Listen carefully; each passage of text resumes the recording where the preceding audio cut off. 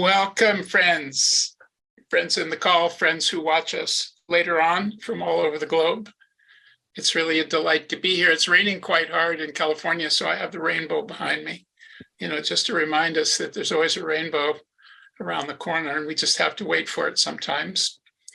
It's so nice to be with Mira. Mira is one of my favorite people, dearest friend, longtime colleague, associate with National Association of Nutrition Professionals, and a Bowman grad, and she's wearing the Bowman College t-shirt today. So look at that, she wears it proudly and well. And, Mira's an all-around wonderful human being. In addition to being a nutrition educator, she's a knitter and she's a community activist. She's really been involved in a lot of good, positive community activities, and she doesn't act like a Texan. So, Mira, you're going to have to tell us what it's like to be you in Texan, in a suburb outside of Houston. So I'm going to turn over the spotlight to Mira to introduce herself and introduce our program.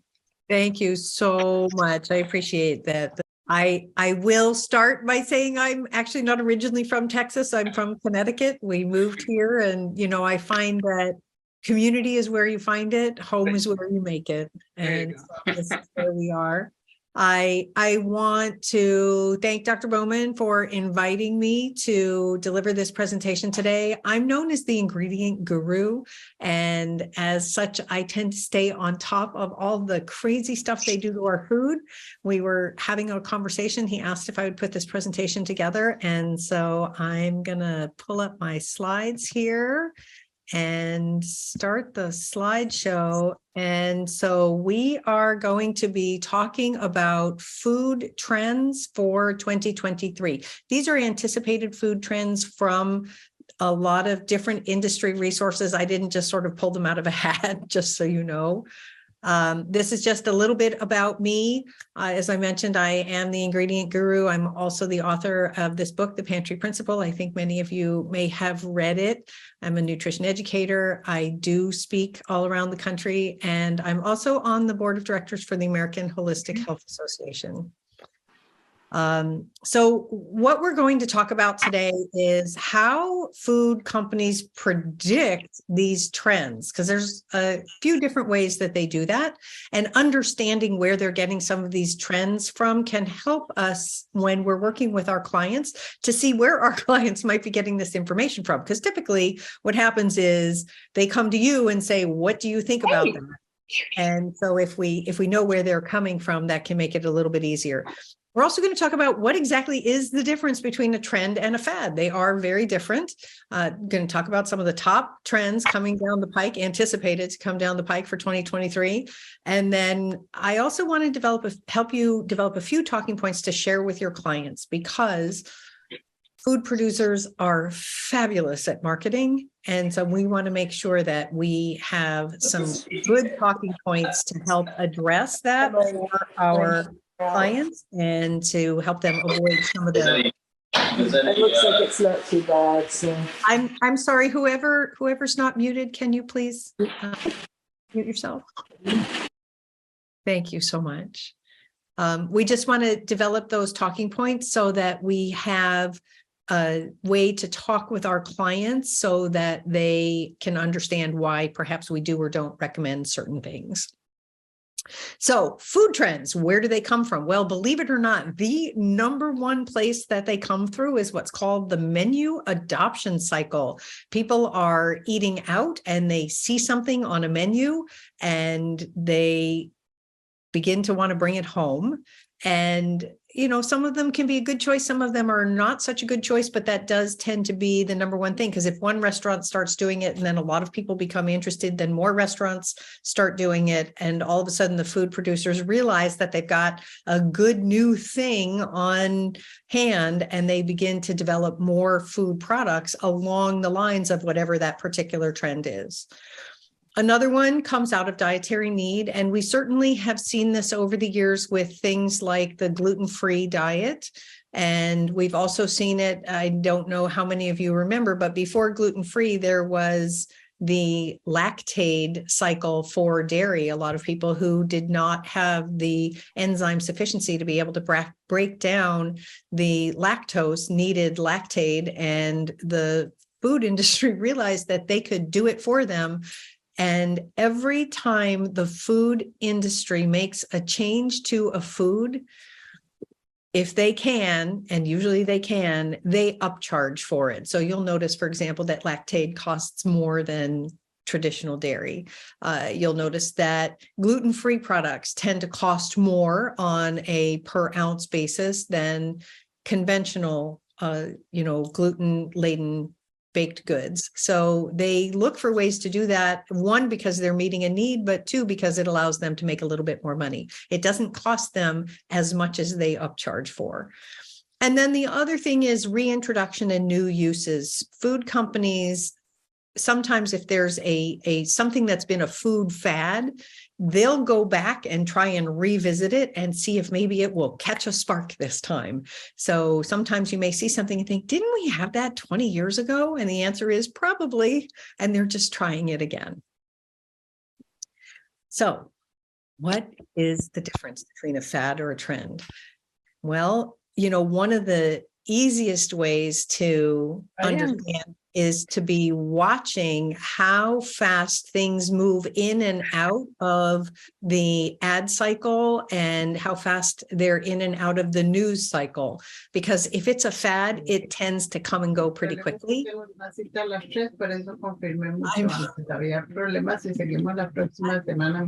Christina, is it possible for you to mute the other people? I'm so sorry. Yeah, I've muted everyone.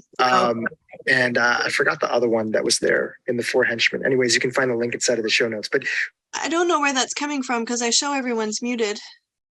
Yeah, I don't know. Okay. I'm so sorry.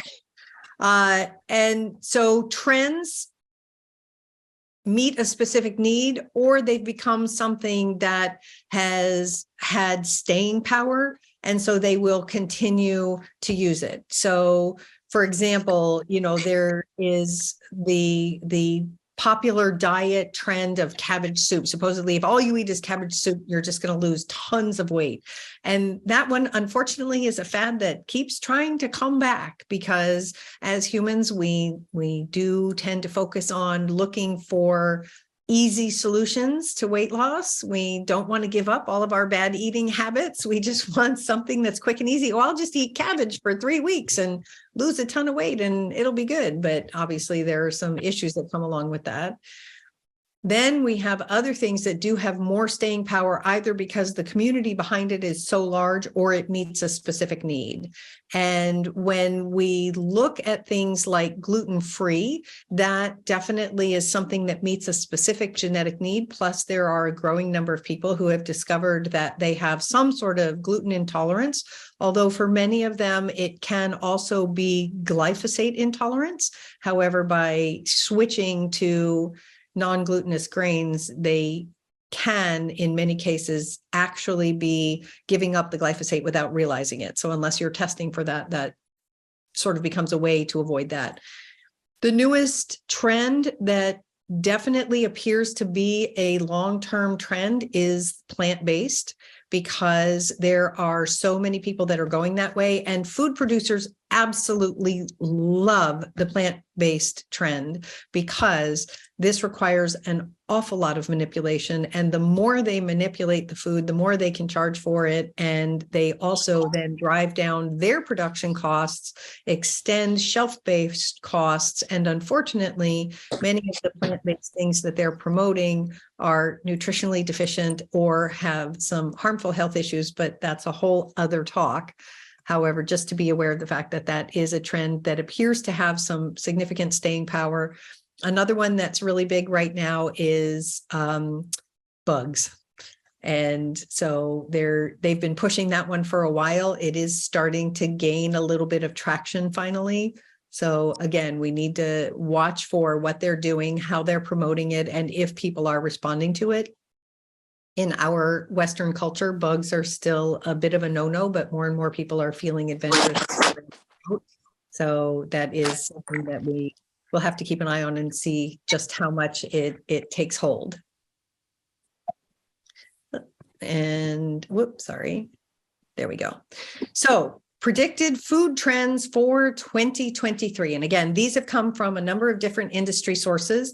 One of the things that I did, and some of them are in here, but then there are others that I went and found as well. But I did actually buy a food trend box for 2023 and go through that to see some of the things that they were talking about in there. And I also went into some other industry resources to pull in a number of other identified potential trends. So one is Yopon. It's a natural source of caffeine, and believe it or not, does grow here in Texas. If I wanted to, I could run out into my backyard and harvest a whole bunch of Yopon. And it has to be roasted in order to open it up. It was consumed by the indigenous cultures, and they are using that as another source of caffeine. Caffeine, unfortunately, is a trend that's here to stay. We are over caffeinated in so many ways, and we have a high coffee culture, a high tea culture. They've added caffeine to things like chocolate. I even saw caffeinated pantyhose at one point, which I really didn't understand what the point of that was. But we are looking for other sources of caffeine because we are overwhelmed and exhausted, and food producers are looking for a new way to do it. I am seeing a number of different Yopon related products like Yopon kombucha and Yopon tea showing up in stores. Another one is avocado oil. This one's huge. And actually, according to market expectations, it was $550.7 million worth in 2022. It is predicted to grow to over $700 million by 2028.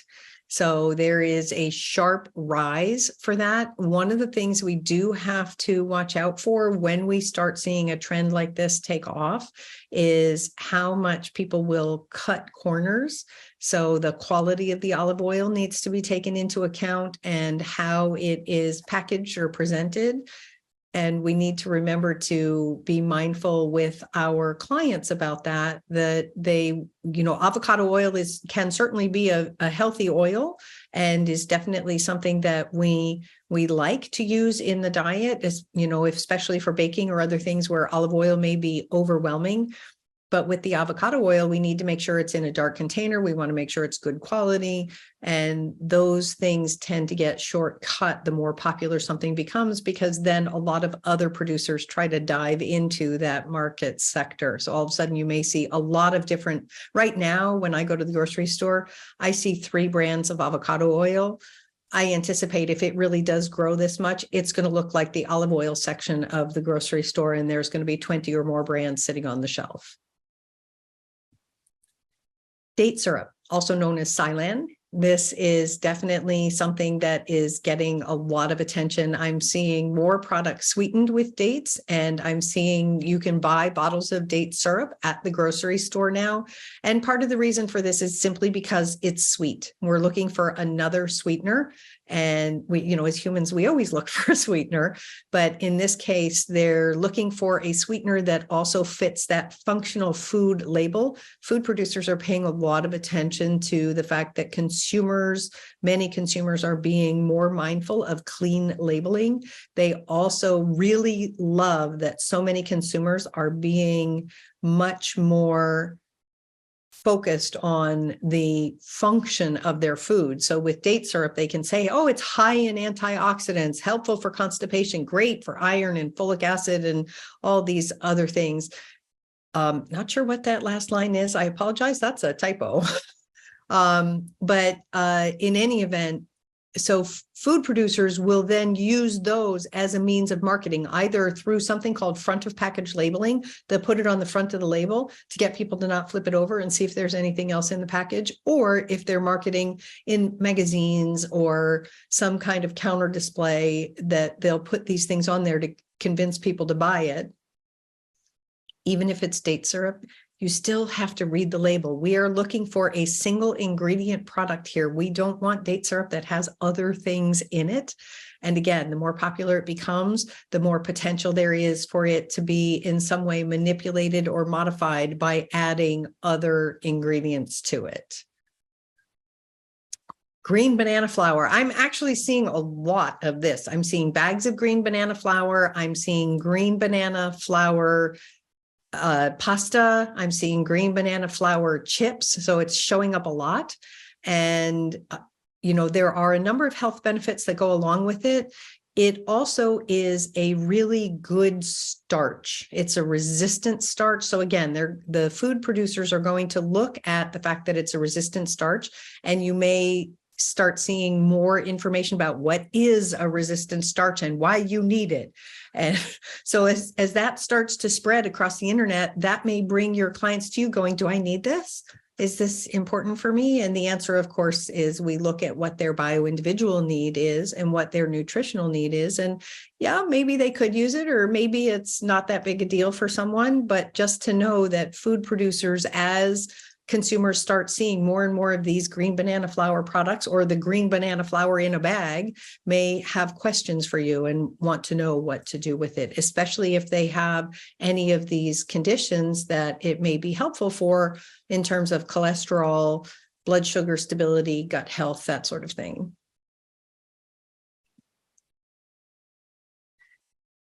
Tinned fish. So a lot of people are beginning to have concerns about the high level of toxic metals in the larger fish. And because of that, tinned fish is actually becoming a much more focused sector of the market. And while salmon is, of course, a big fish, many of the tinned fish are actually the smaller fishes: sardines, anchovy, herring, smelt, all of those. And so it's being promoted as a snack. It's being promoted as a healthy protein. It's being promoted as something that's easy to add to a salad or another dish. And that market is anticipated to grow by 50 billion. And yes, that is billion with a B, by 2030. One of my biggest concerns about this, of course, is how these fish are being grown. Are they farmed or are they wild caught? If they're wild caught, are they sustainably caught? And are they being stewarded so that they're not being overfished? And this is where we would want to connect with things like the Monterey Bay Aquarium's Seafood Watch, which does tend to monitor those kinds of things. But, in a case like this is where you may want to consider coming up with recipes or ideas for using them if your clients are open to considering adding this to their diet. So one of the things that absolutely drives me crazy about the food industry is how they take nostalgic foods, vintage foods that we may have had when we were kids, and they go, "Oh, we're going to rework this food and make it something special," because then they're relying on a lot of people to go, "Oh, I ate that when I was a kid. Look at that. Oh, they've made it better. They've made it different." And then a lot of people buy it, forgetting to read the label, forgetting to pay attention to whether it's actually a good choice or not. But they're really relying on that. And then, of course, they're bringing back all of their tens of millions of dollars of advertising money to create these emotional heart tug kind of commercials that really bring us to, feel more inclined to purchase these kinds of products. Gente, pelo amor de Deus. When you see things that are something where you're like, "Oh," or "Yeah, I used to eat that," that's where we have to sort of check ourselves and go, "Oh, wait a minute. Is this a ploy? And do I really want this? Or is this something that I'm being driven by?" Because I promise you, food producers spend so much money hiring sociologists, psychologists, and marketing experts to create advertising campaigns that really blindside us. And one of the things we tend to forget is we are surrounded 24/7 by various different marketing campaigns that are so subtle we don't even see them. We don't notice them anymore because they're on our computer, our phone, the billboards, somebody leaves a sticker in the library book. There's something, we're surrounded by it all the time. Magazines, everywhere you turn is something selling food. And much of it, of course, is highly processed food. And our consumers, our clients, tend to be very much sucked into that because perhaps they haven't learned yet how to be more aware of how they're being manipulated, or to even have developed that healthy habit of checking in with their body, seeing how they really feel, and then taking the time to read the label. Okay, so here's some of the other predicted food trends that are anticipated to come up. One is something called chaat masala. And so this is from the Indian culture, Indian.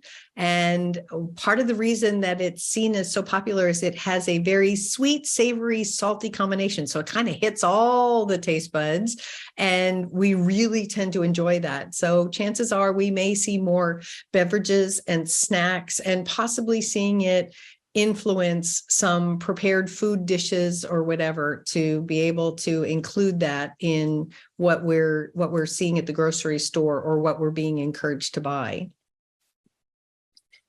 Another one, a big one, and I actually like this one, depending on the ingredients. So again, as always, I really, really want to encourage you to read the label. That's one of the biggest things to keep in mind. But upcycled food is becoming a very big market sector. Food producers have discovered that there is a lot of money to be made by reclaiming food that until now has simply gone to the landfill and been turned into methane gas, because that's what happens to food when it rots in a landfill. If it's in a compost pile, it breaks down very nicely, very neatly, turns into dirt. If it's thrown into a landfill, unfortunately, there are so many other things that get in the way of how it breaks down that it becomes methane. So these are a list of some of the products that are now being turned into food. And part of the reason that I love this is because approximately 40% of all the food grown in this country does wind up getting wasted. Of that 40%, only about 10 to 12% of it is what's considered true food waste. And that would be things like the peels and the pits and those kinds of things. But the things like discarded or blemished melons or bananas that are not good enough for the grocery store, those count as mainstream food waste. And to pull those out of that food waste cycle and turn them into something that can be consumed, I think is a great idea. That's just my personal opinion. So what consumers need to know, I've said this several times so far, but I really, really want to reiterate this. Food producers are so good at what they do in terms of marketing to us. And one of the biggest things that they do is they know the buzzwords, they know the things that we're looking for, and they use front of package labeling very, very efficiently. They will put it on the front of a label so that consumers go, "Oh, I like that." And then we don't take the time to read the label. The other thing that they'll do, there is a lot of merger and acquisition that tends to happen in the food industry. And so a company will buy another company, and they're not so much buying that company as much as buying their consumer base. They have a loyal fan base who want whatever that product is. And frequently, over a period of a couple of years, that product begins to change. So one of the biggest examples that I can think of is Stonyfield yogurt, which used to be just yogurt. And one of the things that they discovered was that if they shortcut the yogurt fermentation process, they could make more yogurt more cheaply, more quickly. And so they started adding pectin to yogurt. Well, yogurt doesn't normally need pectin. Normally it's thick all by itself. Another example is Ben & Jerry's. They wound up selling to Unilever. Unilever kept them on for 3 years. That was part of the deal. Help us transition. We want to stay true to your mission. And then after the 3 years, Ben & Jerry were done with the company, and Unilever began to make a lot of changes, and Ben & Jerry weren't very happy about it, and they complained, and Unilever said, "Too bad, it's not your company anymore." And, so we really have to remember to look at the labels. And I'm not saying you have to obsessively read every single label every time you go to the grocery store. But if you either you follow my newsletter and so you hear that, I share about a lot of those mergers and acquisitions, and I share the good things and the bad things. Like I'm not just bad news here. But either you hear about it that way, or you see it in the news, or you think, it's been a long time since I've really looked at what's in this product. You just take a minute to flip it around and see. Make sure it's still something that you want, because things can and do change. I am a huge advocate of being what I call brand disloyal. And I want to encourage each of you to steal that phrase and use it with your clients, please, because the brand loyalty is worth countless dollars to food producers. If they can get somebody as a toddler and brand them for life, it is worth millions to them. And so if we are brand disloyal and we choose to buy what will nourish us and what we really need to feed ourselves, we are making the best possible choice for our bodies. And then the other thing, of course, is to be mindful of nutrient density, because it doesn't matter what all these new food trends are. It doesn't matter what the food trends are going to be, for the years to come. What matters is, what are they doing with it? And is it actually something that we should be eating? Does it have nutritional value? Is it something that is going to contribute to the body state of yourself, your family, the clients you're working with? And so this is just a little bit about me. I do have my contact information, my emails there if you want to reach out to me. My big thing is to really help consumers understand what's in what they're eating, because I believe there is never a reason for us to have harmful chemicals in our food, regardless of whether it's a trend or it's always been that way. And so I am going to stop sharing my screen. And then I am going to open this up for any questions that we have. So let's see, I'm going to scroll up and let's see. So I'm going through this. These are all the hellos, and it's so nice to see all of you here, by the way. Okay, Melissa Gellert says, as someone with a shellfish allergy, I'm terrified of bugs being introduced into more products and production facility. So yes, I totally agree with you. I also have a true food allergy for seafood, and many people who have a seafood allergy are sensitive to bugs.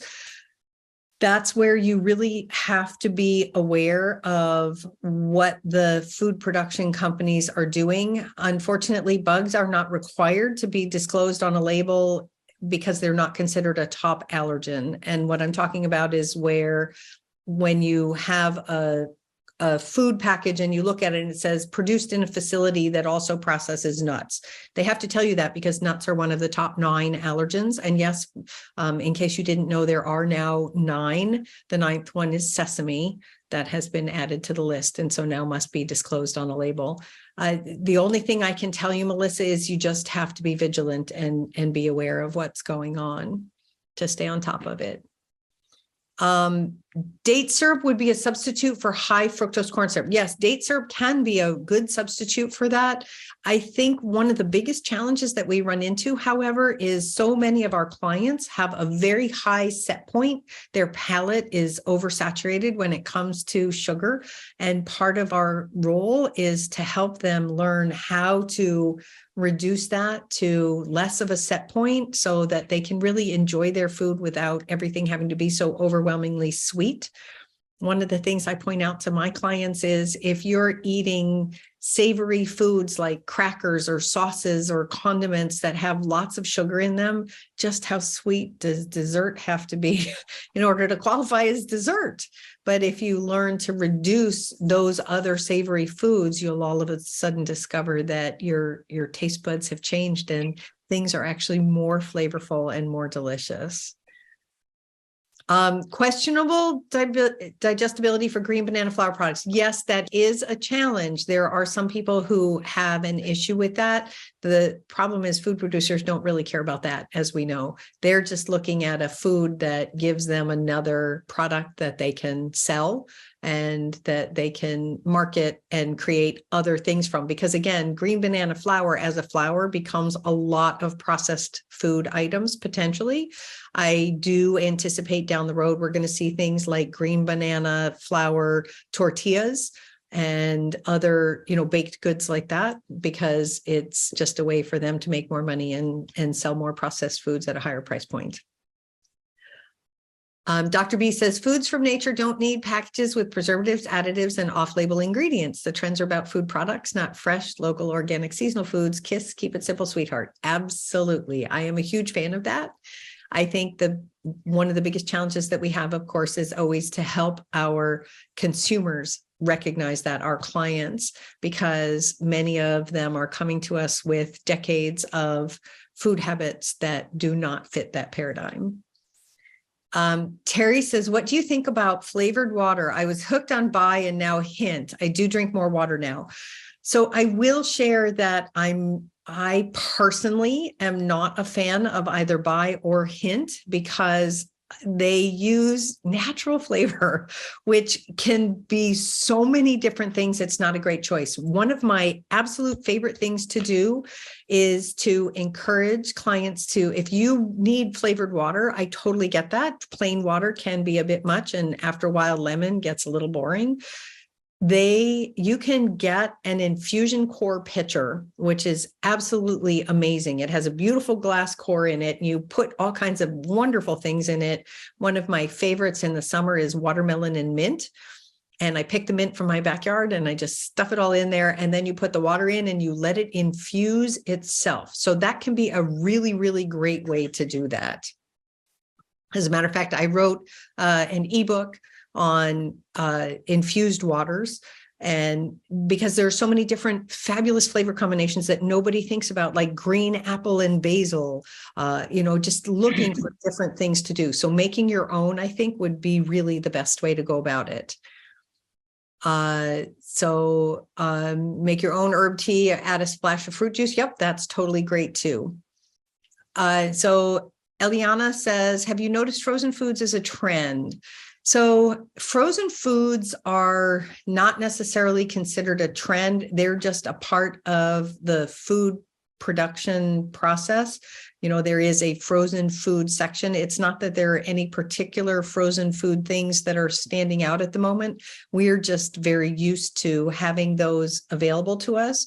I think the biggest thing to remember is that when we have frozen foods, again, be brand disloyal and read the label. So we want to make sure that I'm a huge fan of frozen foods as a way for people to get some of their fruits and veggies if they live in an area, for example, where they don't have access to a farmer's market or they don't have a good green grocer section. Frozen fruits and vegetables are picked at a peak of ripeness, and they are flash frozen immediately. So we really are getting good quality. It's when they then take it and make something with it. They've added a sauce or they've added something else to create a dish with it. That's when we begin to get into the nutritional questionability. Dr. B loves the infusion core. So me too. I just think they're great. Alex says, guess matcha was a trend was last year. So matcha is still a bit of a trend. I mean, here's the thing. Trends eventually become absorbed into the food stream. So we don't think of them as trends anymore. We think of them as trends usually for the first 2 to 3 years, and then they just become part of the food. So matcha is getting close to that 3-year mark at this point. And there are a lot of matcha flavored things, like I'm seeing matcha flavored chocolate and matcha flavored beverages, teas and other things like that. So it's not that it's a last year trend. It's just that it's reached its peak and now it's becoming incorporated into the food supply. Okay, so Nancy says, I use maple syrup to sweeten coffee and yogurt. I am not familiar with that sweetener. Nancy, can you please let us know what that is? That sounds interesting. I'll have to look that up. Jade says we can make homemade shrub and add it to sparkling water. Yes, shrubs are great. And so if you're someone who has the, the wherewithal to sit there and make beverages, shrubs are vinegar based and they can be very, very delicious. One of my favorites is to make them with a raspberry vinegar, and it's really delightful, very, very refreshing and really hydrating in the summer. So I like those. And Dr. B says trends are manufactured. People are eating more local foods, eating more organic food, planting more gardens, going to the farmers market, starting food co-ops, going away from having everything in pretty packages. They are. And one of the other things that wasn't mentioned anywhere in the research that I did, and it's been around for a few years, I don't think it's totally mainstream across the country yet, but a lot of these unpretty food companies like Misfit Market and Imperfect Produce and those kinds of things, where they are taking foods that don't look beautiful, that aren't grocery store worthy, and packaging them and selling them where they can be delivered directly to your door. So that is definitely another way to be able, and often many of those come a little bit less expensive than if you bought it at the grocery store in the first place. They're still delicious. They're still wonderful to have, but maybe it's a weird looking tomato, or it's a lumpy looking apple, or those kinds of things, or it's a stunted carrot. It's still delicious and nutritious. It just doesn't look pretty. And one of the things that I discovered in the Healthy Readers Book Club this year, one of the books we read was Waste, Uncovering the Global Food Waste Cycle. And one of the things that Tristram Stewart, the author, talked about was that the vast majority of food waste that actually happens because of food producers and grocery stores. And they pass a lot of that on to consumers. They make the consumers feel guilty for it. They're the ones who are demanding everything is perfect. And many grocery stores, actually, he was talking about this, if it doesn't meet their standards, they'll tell the farmer, nope, we don't want it because you didn't obey the contract and it's not all uniform and that kind of thing. So relying on farmers markets, CSAs, if you have a Misfit Market or some sort of an Imperfect Produce connection, those are great. So those are really definitely a good thing to look at. Oh, maple syrup, much different than maypole syrup. I was excited. I thought there was a new sweetener on the market.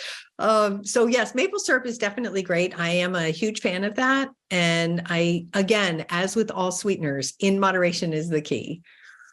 Let's see. So Alex says lots of poor quality over the past couple of years. Yes, absolutely. And Dr. B says, as we support local food growers and plant community gardens, they will be a primary trend. Yes, one of the things that's happening in other countries and a little bit here, but not so much yet, is something called community food forests, where communities are looking at open public spaces that don't really have anything there and planting food there that is open to the community to take. They're planting trees and some shrubby things and that sort of thing. And I love that trend, and I hope that really takes off. I also am very excited because more and more communities here in the United States, and mine is one of them, which I'm very grateful for, have taken away the antiquated, you must have lawn regulations. And so in my community, there was a huge battle, and the consumers won, that said that you had the ability to plant a vegetable garden in your front yard if that was what you wanted to do. Because some people where I live, we live in a very forested area, and some people don't have good space in their backyard. Their garden area is actually the front yard. And so I love that more communities are opening up to that rather than everybody has to have grass. Let's see, what do we have? Oh, Selena says we have a food forest in Green Bay. That's fabulous. Oh my gosh, I would love to talk with you more about that. I would love to learn about that. And then SW says Costco sells organic avocado oil, but it is not extra virgin. And I think, one of the things we have to remember is extra virgin is a term that tends to be applied to olive oil and coconut oil because of the way they're processing them. They can do multiple pressings. My understanding is with avocados, they only get one pressing. I could be wrong about that. And I will actually look that up, but I'm pretty sure. I'm just making a note here. And with the organic label, what that means is they're not using harmful pesticides, et cetera, when they're growing the avocados. So they don't weed with Roundup and that sort of thing. Dr. B says, friends, check out the affordable nutrition self-study course on the bowmanwellness.com site. Lots of practical, delicious info to encourage people to source, prep, and prepare local affordable foods. Can be shared with a family, school, or group. Yes, fabulous information there. Delicious recipes. I own a number of the cookbooks, so I can vouch for that. And I think that's definitely a really great way to begin to change diet and help support making these really nutrient dense, beautiful changes for your health and wellness and your family and anybody you're working with. Okay, Terry says a local historical building now allows organizations to have a community garden now growing over 2,000 pounds, all donated to a local food bank. That is wonderful. That's really amazing when communities can do that. There are also some organizations. I know there's one somewhere in Southern California. I'm not sure where else there are others, but there are some organizations that actually will now go to farms and they ask the farmers if they have not enough to sell to market, if they can glean, if they can go in and clean out what's left and donate that to food pantries, which is really great. SW says Amazon has extra virgin avocado oil. Okay, so then I will have to look up the standard for avocado oil and get back to you on that. And Christina put in the self-study course link, so please be sure to click on that. On coconut oil, what is the difference between refined and unrefined, which is better health-wise? So refined coconut oil is usually where they take a poorer quality olive oil and they need to bleach it and deodorize it. And so it's not the best. Unrefined, obviously, we want to get something that still is going to have good health benefits to it, but it doesn't have all of those chemicals in order to make it absolutely pure white, and also doesn't have any of the chemicals added, because some people don't like the smell of coconut oil. It can be a little bit strong. So they put these deodorizers in there to hide that, to mask it actually. And Eliana says, yes, food forward in LA. Wow, that's really great. And so, I think that's really wonderful. I know organizations like that are always looking for volunteers to come and help glean so that they can get those foods more quickly and take them to the food pantries where they can feed people who aren't quite so fortunate. So that's a really, really lovely thing to have. So we've still got a few minutes left. If there's any other questions, if anybody else has anything that they would like to ask. I'll make a few comments. Thank you, Mira. I appreciate your ingredient guru stature. I bow to the ingredient guru. And, it's a daily pursuit of following these trends and following these fads and following all the packaged food that inundates the world, not to mention creating packaged waste. Mm-hmm. So the ecology of this whole thing is really not good. Mm-hmm. And consumers are being, sold hope. It's hope in a bag, hope in a package, oh, this is good for you. This is not SOS, same old stuff. And, some of it's good and some of it's not, and some of it's affordable and some of it's not. But the cost of most of these things is in the packaging and the marketing, not in the raw food itself. So, we have to wake up and realize that this is a huge, media marketing, big business kind of campaign. And people who watch a lot of TV are definitely, saturated with it, and kids are saturated with it, and it's a whole addiction because we find things that make us feel good. And then we go, I need it again because I'm feeling bad. So we're actually feeding consumerism, food addiction, and just this gratification, because food's how we gratify ourselves quite often. Yeah. So Absolutely. it's, it's a couple of jumps up to go, I'm not watching those shows. I'm not buying the next, manipulated fad or trend, because even a trend sounds better, but it's still somewhat questionable in my mind, because there are other trends about more people doing more good in the world, and we don't see those because they don't convert into sales. Absolutely. Sales data is sales data, and even more supplements. Is that good or not? It's okay, but it's not really getting down to the dirt. So our health is determined by the quality of our soil. Our food is determined by the quality of our soil and our air, and our ability to discern, not by pretty things in pretty packages to make a different type of pasta. Now, again, if you want to eat pasta, eat pasta. And, free choice is okay. But we're in a real, pivotal point in society and in the world with climate, culture, economy, poverty, community. There's a lot going on here that's not just looking at, all of a sudden we're buying a new flavor of kombucha. And the problem's not kombucha. Kombucha's okay, but it's just this. Why do I have to pay $4 to get a beverage?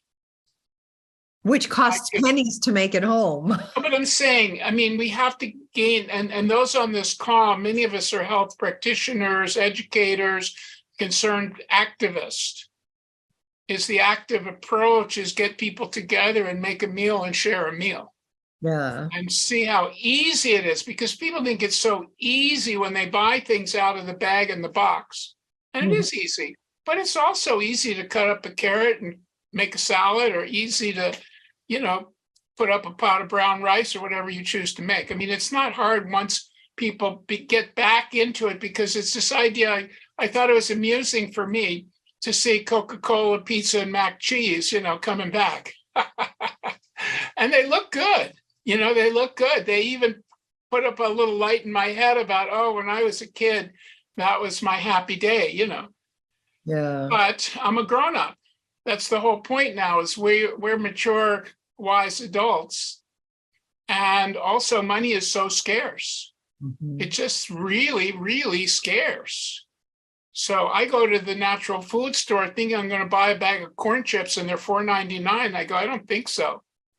I'll buy blueberries for $3.99, which is still a lot, but I get a lot of blueberries versus 4 ounces of organic cassava chips or, snackies. And I eat some of that too, So I think this consciousness that we have is to be, aware of ingredients and labels and products and packaging and value, and some is good and some is less good. But it's still not the basis of what supports us and supports the world.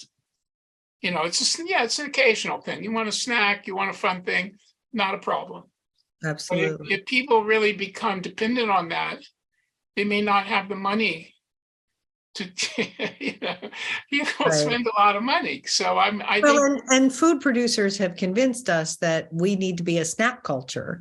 The vast majority of our health issues have come about because we have added hundreds of extra calories every day through the introduction of snacks. Which is packaged, processed, salty foods, salty, sweet foods, or both sweet, salty foods and all that. Crunchy too. We love crunch. Again, we're all humans. We all enjoy different kinds of savory and sensory experiences. So we're not judging. As much as still not being completely manipulated and then being pissed off. Right. Well, and so one of the things that I did want to answer, one more question popped in. Eliana said, can you share more about your research resources or sources? And so I will share that I do subscribe to over 50 industry newsletters every week. And I'm talking things like Bakery Business Daily, supply chain messenger, like all of these different things. Like you would not believe the things that come across my desk. It's unbelievable. And then the other thing is I do, through the Healthy Readers Book Club that I run, we do read a lot of books. So for example, in Salt, Sugar, Fat by Michael Moss, one of the things we discovered is food producers look for this thing called the bliss point.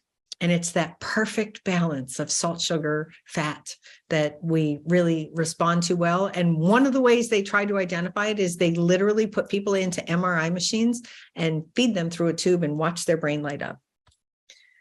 Like, how can we compete with that?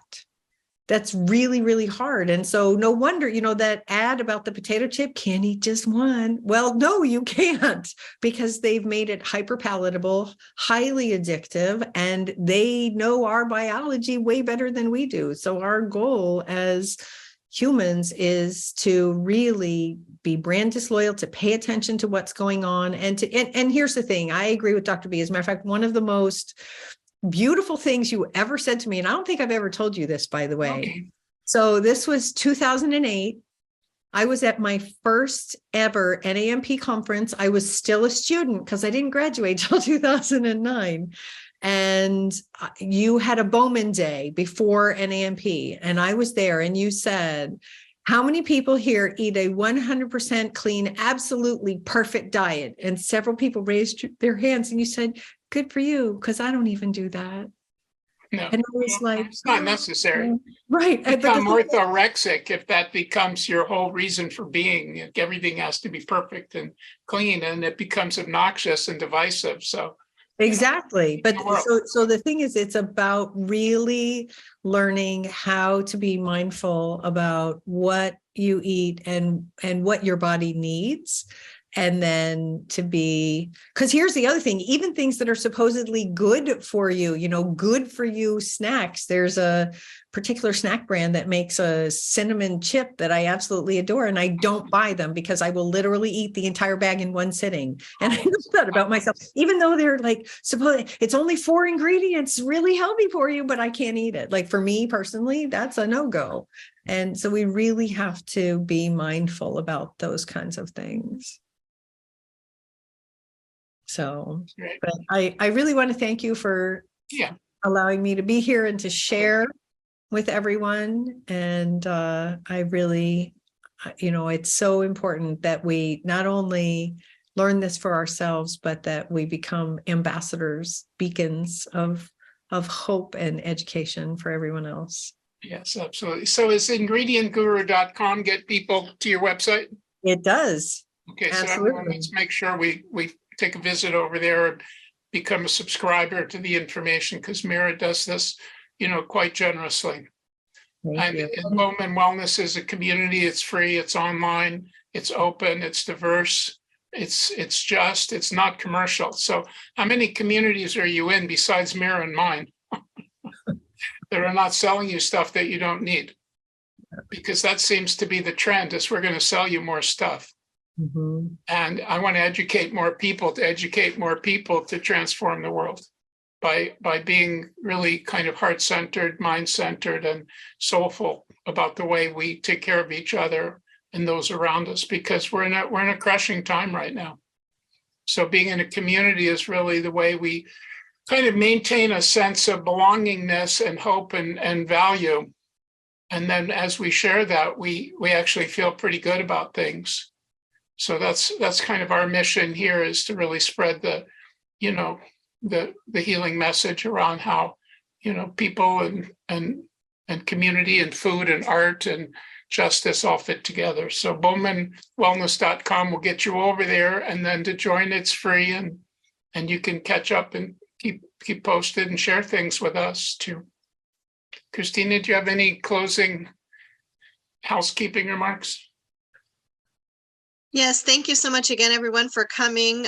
We're just so excited about this new series of Lunch and Learns.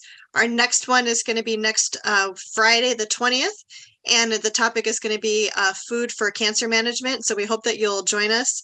I'm putting the link for registration in the chat. It's free registration, so feel free to sign up, and we'd love to see you again next Friday. And just another huge thank you to Mira for just such an informative presentation. This was just absolutely outstanding. Thank you so much. All right. Take care, everyone. Be well. It's Friday the 13th. Make it good. Bye, folks. Bye-bye. Have a great rest of your day, everyone. All right. Yeah. Thank you so much. Thanks, Christina. Yeah. Hey.